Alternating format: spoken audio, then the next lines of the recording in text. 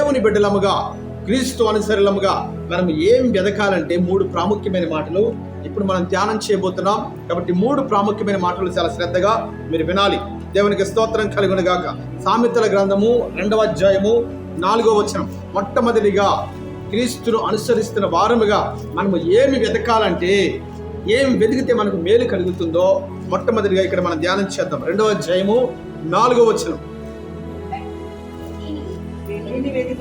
వెండిని వెతికినట్లు దానిని వెతికిన ఎడల, దాచబడిన ధనమును వెతికినట్లు దానిని వెతికిన ఎడల ఎట్టుతో నీవు గ్రహించదవు. దేవునికి స్తోత్రం కలుగును గాక. ఇక్కడ దేవుడు అంటున్నాడు, వెండిని వెతికినట్లు దాన్ని వెతకాలి, దాచబడిన ధనమును వెతికినట్లు దాన్ని వెతకాలి. దేన్ని దేవుడు వెతకమంటూ ఉన్నాడు అని కానీ మనం చూసినట్లయితే ఈ 2వ అధ్యాయం అంతా కూడా ఒక మాటను సూచిస్తూ ఉంది, ఒక పదాన్ని సూచిస్తూ ఉంది. ఏంటా మాట, ఏంటా పదం అంటే జ్ఞానము. చెప్తారా? ఈ 2వ అధ్యాయం అంతా కూడా దేని గురించి దేవుడు మాట్లాడుతూ ఉన్నాడంటే, మీరు జ్ఞానాన్ని వెతకాలి, జ్ఞానమును మీరు వెతకండి. దాన్ని ఎలా వెతకాలంటే, వెండిని వెతుకున్నట్లుగా, దాచబడిన ధనాన్ని వెతుకున్నట్లుగా. మనం డబ్బులు ఎక్కడ పెట్టేసాం, మన ఇంట్లో ఎక్కడ పెట్టామో గుర్తు రావటం లేదు, కానీ డబ్బులు మాత్రం పెట్టాము. ఎంత పెట్టామో కూడా గుర్తుంది, కానీ పెట్టిన స్థలం మాత్రము మర్చిపోయాం. అప్పుడు ఏం చేస్తాం మనం? చెప్పాలి. పొద్దు నుంచి సాయంత్రం వరకు బీరువాలో ఉన్న బట్టలన్నీ కూడా కింద పడేస్తాము. ఏమంటే వంటగదిలో ఉన్న డబ్బాలన్నీ, మూతలన్నీ కూడా ఇప్పేసి ఆ డబ్బాలో కానీ పెట్టామేమో అన్నట్లుగా ఆ డబ్బాలన్నీ కూడా ఎంతో శ్రద్ధగా వెతికేస్తూ ఉంటాం. అయినా సరే కనపడటం లేదు. ఇంకా ఏం చేస్తాము? ఆ పరుపు లేపి మరి చూస్తాం, ఒకవేళ పరుపు కింద పెట్టామేమోనని. ఆ చీరల మడతలన్నీ కూడా ఇప్పేస్తాం, ఒకవేళ చీర మడతల్లో పెట్టారేమోనని. దేవునికి స్తోత్రం కలుగును గాక. దాచబడిన ధనము దొరికేంత వరకు కూడా మనం ఎంత శ్రద్ధగా వెతుకుతామని. దేవుని మనకి మహిమ కలుగును గాక. అలాగే మీరు జ్ఞానాన్ని వెతకండి. ఏ జ్ఞానము? గ్రీసు దేశస్తులు వెతికిన జ్ఞానము కాదు. ఏ జ్ఞానం మరిది? దేవునికి దేవుడిచ్చేటువంటి జ్ఞానము. సొలొమోను ఏ జ్ఞానం కొరకైతే ప్రార్థన చేశాడో ఆ జ్ఞానాన్ని మనము వెతకాలి. దేవునికి స్తోత్రం కలుగును గాక. దేవుడు మరి ప్రత్యక్షమయ్యి సొలొమోను ఎదుట ఏం కావాలి అని అడగ్గా, అతడు వెండి అడగలేదు, బంగారము అడగలేదు, ఏమండి పొలాలు అడగలేదు, ఆస్తులు అడగలేదు. ఏమడిగాడంట?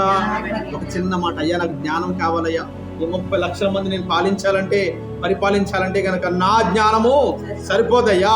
నాకు నా తండ్రి వల్ల జ్ఞానము సంక్రమించింది, కానీ ఆ జ్ఞానము వీరిని పరిపాలించడానికి ఎంత మాత్రము సరిపోదు.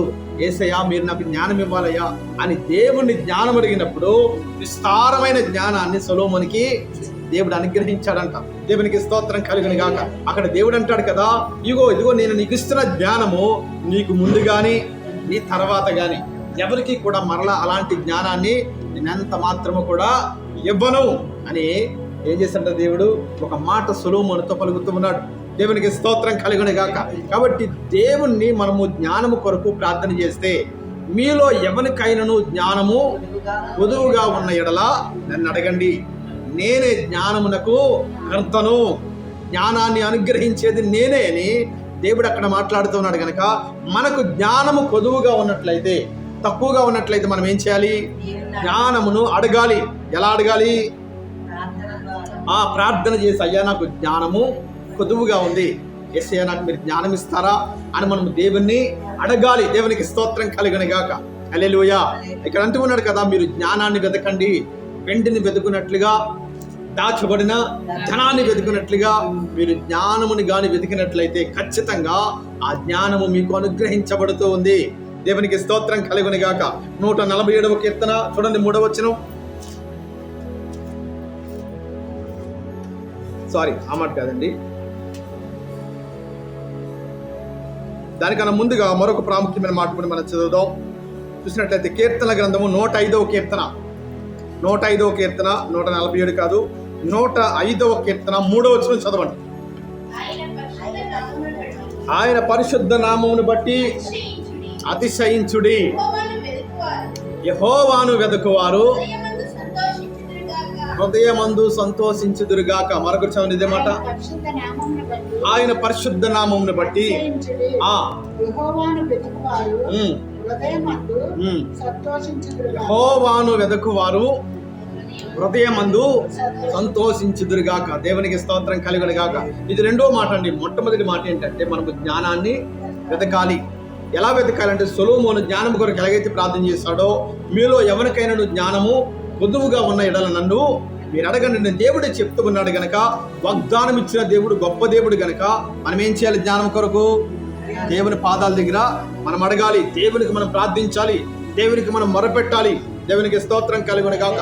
మనము జ్ఞానము కొరకు ప్రార్థన చేసినట్లయితే దేవుడు ఏమిస్తాడంటే మనకి అద్భుతమైన జ్ఞానాన్ని మనకు అనుగ్రహిస్తాడండి. దేవుని నామానికి మహిమ కలుగునుగాక. కాబట్టి జ్ఞానము అనేది చాలా ప్రాముఖ్యమైనది. జ్ఞానము కొరకు మనం ఏం చేయాలి? ప్రార్థించాలి, మొరపెట్టాలి, దేవుని మనం అడగాలి. రెండో మాట ఏంటంటే యెహోవాను వెదకువారు. చదవండి, మరొకసారి చదవండి. అదే మాట చదవండి సరిపోతుంది. వాక్యం యెహోవాను వెదకువారు హృదయమందు సంతోషించెదరు. దేవునికి స్తోత్రం కలుగునుగాక. అంటే యెహోవాను గాని వెతికినట్లయితే, యేసయ్యను గాని వెతికినట్లయితే నీ హృదయంలో ఏమొస్తుందంట? సంతోషం వస్తుంది. అంటే ఏం పోతుంది హృదయంలో నుంచి? ఆ మాట ఇప్పుడు మనం చూద్దాం. చూడండి, మనం చూసినట్లయితే కనుక సామెతల గ్రంథము 12వ అధ్యాయము 25వ వచనం చదవండి.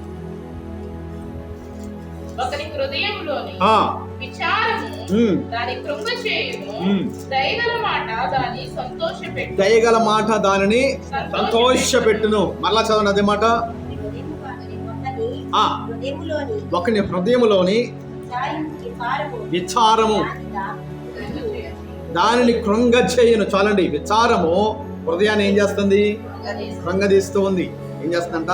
విచారము, దుఃఖము హృదయాన్ని, మన మనస్సును గాయపరుస్తూ ఉంది, కృంగదీస్తూ ఉంది. కాబట్టి మన హృదయంలో ఏముండదంటే సంతోషం ఎంత మాత్రము కూడా ఉండదు. ఈ హృదయంలో సంతోషం ఉండాలి. కానీ ఈ హృదయంలో ఏమి ఏలుబడి చేస్తుందంటే విచారము, దుఃఖము ఏలుబడి చేస్తున్నప్పుడు మనం ఎంత మాత్రము కూడా సంతోషంగా ఉండలేం. ఈ లోకంలో ఎవరూ కూడా హృదయంలో విచారం ఉన్నప్పుడు, హృదయంలో దుఃఖం ఉన్నప్పుడు ఏ మనిషి కూడా సంతోషంగా ఉండలేరు. కాబట్టి అది పోతేనే హృదయంలో సంతోషం అనేది కలుగుతూ ఉంది. దేవునికి స్తోత్రం కలుగునుగాక. కాబట్టి ఈ యొక్క ప్రస్తుత కాలంలో, ఈ దినాల్లో, ఈ సమాజంలో అనేక మంది హృదయాల్లో విచారము, దుఃఖము హృదయాల్లో ఏలుబడి చేస్తూ ఉంది. అనేక మంది హృదయాలు రెండు కూడా ఏలుబడి చేస్తున్నాయి కనుక సంతోషము మరి ఆనందం ఏమైపోతున్నాయంట? వారి దగ్గర నుంచి దూరం అయిపోతూ ఉన్నాయి. కాబట్టి దేవుడు అంటూ ఉన్నాడు కదా, మీరు గాని నన్ను వెతికినట్లయితే మీ హృదయంలో సంతోషం ఉంటుంది. దేవునికి స్తోత్రం కలుగునుగాక. 34వ కీర్తన 18వ వచనం చదవండి.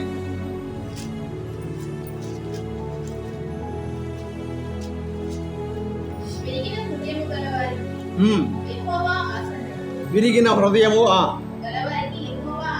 ఓకే చదవండి. నలిగిన మనస్సు ఆయన రక్షించెను. విరిగిన హృదయము, నలిగిన మనస్సు ఏంటంట? విరిగిన హృదయము, నలిగిన మనస్సు. ఈ రెండు కానీ మనలో ఉన్నాయనుకోండి, మనలో ఏముండదు? సంతోషం ఉండదు. ఏముండదంట? సంతోషము, ఆనందం ఉండదు. ఎందుకంటే మన మనసు ఇరిగిపోయింది, హృదయం ఇరిగిపోయింది. మన మనసు ఏమైపోయిందంట? నలిగిపోయి గాయపడిపోయి ఉంది కనుక మన హృదయంలో ఎంత మాత్రం కూడా సంతోషము ఉండనే ఉండదండి. మన కుటుంబంలో కూడా ఈ దుఃఖము, ఈ యొక్క మరి ఎంతో మరి ఆ యొక్క విచారము ఏలుబడి చేస్తున్నప్పుడు సంతోషము ఎంత మాత్రము కూడా ఉండదు. కాబట్టి దేవుడు అంటూ ఉన్నాడు కదా, మీరు నన్ను వెతికినట్లయితే నేను మీకు సంతోషమును అనుగ్రహిస్తాను. మీ హృదయంలో సంతోషం ఉంటుంది, మీ గృహంలో కూడా అదే సంతోషం ఏలుబడి చేస్తుందని దేవుడు మాట్లాడుతున్నాడు. కాబట్టి రెండవదిగా నేర్చుకునే పాఠం ఏంటంటే దేవుడిని మనం వెతకాలి. యేసయ్యను మనము వెతికినట్లయితే ఆయన మన హృదయంలో సంతోషాన్ని ఉంచే దేవుడు. అంటే మన విచారమును కొట్టివేసి, మన దుఃఖాన్ని కొట్టివేసి, ఇదిగో మరి మన యొక్క నలిగిన హృదయమును, గాయపడిన మనస్సును దేవుడు బాగు చేసి మన హృదయంలో తన సంతోషమును ఉంచుతాడంట. దేవునికి స్తోత్రం కలుగునుగాక. ఆ సంతోషం మనకు కావాలంటే, ఆ ఆనందం మనకు కావాలంటే యేసయ్యను మనము వెతకాలి. ఎలా వెతకాలి? దాచబడిన ధనము వెతికినట్లుగా, దాచబడిన ధనాన్ని ఎలాగైతే వెతుకుతామో అదే రీతిగా ఆసక్తిగా, పట్టుదల కలిగి, ఇదిగో మరి మనం విసుగు చెందకుండా యేసయ్యను వెతకాలి. వెతకడం అంటే ప్రార్థన చేయటమే, దేవుని సన్నిధిలో గడపటమే, దేవుని వాక్యాన్ని ధ్యానం చేయటమే కదా. దేవునికి స్తోత్రం కలుగును గాక. అలాగాని మనం వెతికినట్లయితే కనుక మన విచారమును కొట్టివేసి దేవుడు మన హృదయంలో ఆయన సంతోషమును ఉంచే దేవుడు. ఇది రెండో మాట. మూడో మాట చూడండి, 1 పేతురు 3వ అధ్యాయము 11వ వచనం. అతడు కీడు నుండి తొలగి మేలు చేయవలెను. అతడు కీడు నుండి తొలగి మేలు చేయవలను. సమాధానమును వెతకి దానిని వెంటాడవలను. ఏం చేయాలంట? సమాధానాన్ని మనం వెంటాడాలి. ఏం చేయాలంట? సమాధానమును మనం వెంటాడాలి. ఈ సమాధానమును వెతికే క్రమంలో ఆ సమాధానం పొందుకునేంత వరకు కూడా ఆ సమాధానము మన యొక్క జీవితంలో, మన గృహంలో నిత్యము ఏలుబడి చేయలాగిన ఆ సమాధానం మనం వెతికి వెంటాడాలి. దేవునికి స్తోత్రం కలుగును గాక. ఇంతకీ సమాధానం ఎక్కడ దొరుకుతుందండి? ఎక్కడ దొరుకుతుంది సమాధానము? నేనే మీకు సమాధానమును అనుగ్రహించదను, నీ సన్నిధిలో నిత్యము సమాధానము సంతోషములు కలవు అని పరిశుద్ధ గ్రంథంలో అద్భుతమైన మాట వ్రాయబడి ఉంది. కాబట్టి దేవుడే సమాధానమును అనుగ్రహించే దేవుడు. ఆయన పేరే సమాధాన కర్త. ఆయన పేరే సమాధానకర్త గనుక, సమాధానానికి అధిపతి గనుక ఆయన మాత్రమే సమాధానాన్ని మనకు అనుగ్రహిస్తాడు. దేవునికి స్తోత్రం కలుగును గాక. కాబట్టి దేవుని మనం వెతికినట్లయితే గనక ఆయన మనకు జ్ఞానం ఇస్తాడు, సంతోషాన్ని ఇస్తాడు, సమాధానమును అనుగ్రహిస్తాడు.